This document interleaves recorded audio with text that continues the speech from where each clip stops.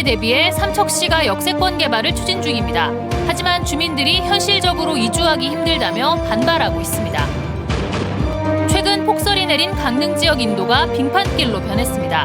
보행자 안전이 위협받고 있지만 개선이 쉽지 않습니다. 코로나19 신규 확진자가 일주일 넘게 두 자릿수를 보이고 있습니다. 병상 가동률도 크게 떨어졌습니다. 강원도청사 신축부지가 춘천 캠프페이지로 확정됐습니다. 소모적인 논쟁을 없애기 위해 새 청사부지를 조기에 발표했습니다. 안녕하십니까. 뉴스데스크 강원입니다. 지난해 크리스마스 이브부터 강원도 강릉과 속초 지역에 폭설이 내리면서 도심이 마비됐습니다. 열흘이 지난 지금 차도에 있던 눈은 대부분 치워졌지만 정작 사람들이 다니는 인도는 거대한 빙판길로 변해 시민과 관광객들의 안전이 우려됩니다. 이하라 기자입니다. 관광객들이 많이 찾는 강릉 안목 카페거리입니다. 미끄러지고 넘어지고 빙판길 위에서 위험한 상황이 연이어 포착됩니다. 저희 한 3번 정도 넘어질 뻔했거든요. 눈이 아니라 얼음이어가지고 뭐 넘어지면 되게 크게 다칠 것 같아서 위험한 것 같아요. 바닥에 모래라도 뿌려놨으면 상황이 좀 달라졌을 텐데 제가 지금 운동화를 신고도 이렇게 미끄러질 만큼 인도가 위험한 상황입니다. 인도가 빙판길이다 보니 사람들은 눈이 치워져 있는 의자 위를 걷거나 아예 차도를 걷기도 합니다. 얼음이 돼가지고 이렇게 미끄러질까봐 이렇게 의자 위로 걸어서. 인도 저기 길 다 얼어서 너무 미끄러워요. 저기 지금 너무 미끄러워서 다닐 수가 없어요. 경포 해변도 상황은 비슷합니다. 인도가 꽝꽝 얼어붙어 있습니다. 혹시 넘어지진 않을까 시민들은 뒤뚱뒤뚱 발걸음을 옮깁니다. 열흘 전 강릉에 50cm 가까운 폭설이 쏟아졌는데 제설 작업이 이뤄지지 않은 채 영하의 날씨가 이어지면서 인도가 모두 얼어붙은 겁니다. 제설 작업이 제대로 되지 않아 불편을 겪고 있는 건 강릉 시민들도 마찬가지입니다. 강릉시 관계자는 차도와 인도 구분에 따라 담당 부서가 달라 빚어진 일이라고 해명했습니다. 각자 소관 시설물에 대해서는 이제 또 소관 부서에서 지금 하는 체제로 돼 있거든요. 인도는 지금 현재 우리 읍면동이나 이런 데서 그 내 집 앞 눈 치우기 그걸로 지금 하게끔 돼 있고. 내린 눈이 꽝꽝 다져져 두꺼운 빙판길이 돼버린 인도. 장비를 동원해 빙판을 깨기 전까지는 시민들의 위험한 보행이 당분간 계속될 것으로 보입니다. MBC 뉴스 이하라입니다. 삼척시가 동해선 철도 개통에 대비해 역세권 일대에 대한 도시관리 계획을 마련했습니다. 역세권 일대에 주차장과 공원을 만들겠다는 건데 주민 반발이 적지 않습니다. 어찌된 일인지 배현한 기자가 보도합니다. 삼척역 인근의 철도 건설 공사가 한창입니다. 삼척에서 경북 영덕까지 동해선 철도 구간이 개통하는 내년까지 삼척역도 새로 들어섭니다. 삼척시는 동해선 개통에 대비해 역세권 도시 관리 계획을 마련하고 인근 17필지, 18동의 건물을 철거한 뒤 주차장과 공원을 조성한다는 구상입니다. 삼척시가 삼척 역세권 개발을 추진하고 있는 가운데 일부 반대의 목소리도 나오고 있는 상황입니다. 삼척시가 지난해 주민 설명회를 열어 서면 의견을 접수한 결과 의견을 제출한 전체 49명 가운데 80%인 39명이 반대 의사를 밝힌 겁니다. 주민들은 현재 살고 있는 토지와 주택을 감정평가 등에 따라 보상을 받게 되면 금액이 적어 다른 곳으로 이주하기 힘들 것이라고 우려합니다. 특히 건물만 소유하고 있거나 토지가 공유 지분으로 되어 있는 경우에는 사실상 이주 자체가 불가능하다고 말합니다. 우리는 모르잖아요. 측정하는 금액이 얼마 되는지. 안 되면 못 빌 거 아닙니까?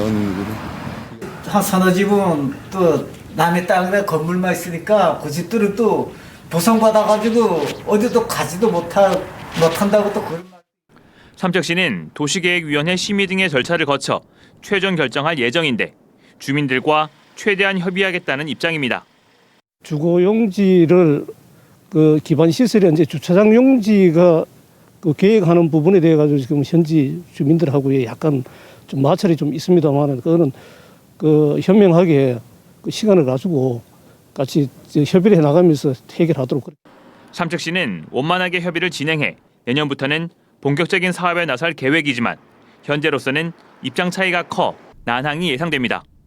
MBC 뉴스 배현환입니다. 도내 코로나19 신규 확진자가 어제까지 8일째 두 자릿수를 유지하고 있는 가운데 오늘은 오후 6시까지 67명이 확진됐습니다. 시군별로 춘천 24명, 원주 17, 강릉 7, 동해 9, 영월 5, 속초 2명 등입니다. 확진자 수가 줄면서 병상 가동률도 39.9%로 뚝 떨어졌습니다. 도내 누적 확진자 수는 12,707명입니다. 지난 2018년 헌법재판소의 선거인구 허용 기준에 따라 올해 지방선거에서 광역의원 의석수 감소가 예상되는 정선군과 영월군 등 전국 농어촌 13개 기초자치단체는 국회 정치개혁특별위원회를 방문해 선거구 획정 개선 건의안을 전달했습니다. 자치단체들은 이번 선거구 획정안이 지방선거에 적용되면 농어촌 소외가 더욱 심해질 것이라며 공직선거법상 농어촌 지역에 대한 특례 조항을 신설해달라고 요구했습니다. 지난해 9월 말 기준 도내에서 태백 제1, 정선 제2, 영월 제2, 평창 제1 선거구 등 4곳에서 광역의원 의석수가 줄어들 예정입니다. 2022학년도 일반대학 정시모집 원서 접수가 마감됐습니다. 강원대는 올해 4.31대 1의 경쟁률을 보여 지난해 3.59대 1보다 올랐고 강릉 원주대도 지난해 2.88대 1에서 3.61대 1로 경쟁률이 상승했습니다. 반면 연세대 미래캠퍼스는 지난해 4.55대 1에서 4.4대 1로 가톨릭관동대는 지난해 1.85대 1에서 1.42대 1로 떨어졌습니다. 도내 전문대는 오는 12일까지 정시원서를 접수합니다. 강원도 청사 신축 부지로 캠프 페이지가 확정됐습니다. 최문순 지사는 도청사 이전과 관련한 더 이상의 소모적인 논쟁을 불식시키기 위해 새 청사 부지를 조기 확정했다고 밝혔습니다. 강화길 기자가 보도합니다. 지은 지 65년이 지나 구조 안정성이 취약한 강원 도청사. 신축 필요성이 제기되자 엉뚱하게도 이전 논쟁이 불붙기 시작했습니다. 강원도가 도청의 소재지 이전이 아니라고 못 박았지만 여러 시군에서 유치 경쟁을 벌였습니다. 특히 춘천에서조차 캠프 페이지 이전 제안을 두고 찬반 여론이 갈리며 정쟁과 조짐이 일었습니다. 강원도는 이런 분위기를 조기에 차단하기 위해서 춘천 캠프 페이지를 새 청사 신축 부지로 확정 발표했습니다. 도청의 신축은 청사가 안전하지 못하기 때문에 새로 짓는 것으로 도청 소재지 이전이 아님을 도민 여러분들께서 이해해 주실 것을 간곡히 부탁해 올립니다.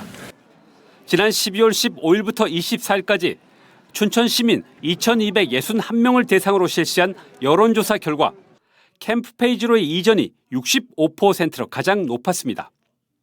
청사 건립과 이전 비용을 절감할 수 있고 접근성과 상징성이 크다는 이유였습니다.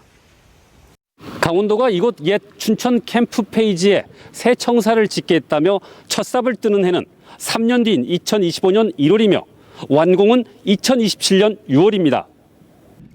당장 올해부터 기본계획 수립과 문화재 발굴조사, 춘천시와의 부지 교환, 설계 등 행정 절차에만 3년이 걸립니다. 선거 시기에 쟁점화돼서는 절대 안 된다라고 하는 우리 시정부의 의견과 또 시민의 간절함을 잘 이해해 주시고 동감해 주셔서 사업비는 3,089억 원. 내년부터 해마다 600억 원씩 5년 동안 건립기금을 적립합니다. 올해 지방선거를 앞두고 쟁점이 되면서 지역 간 도민 분열을 조장할 수도 있다는 우려가 컸던 도청사 신축 문제가 일단락됐습니다. MBC 뉴스 강화길입니다.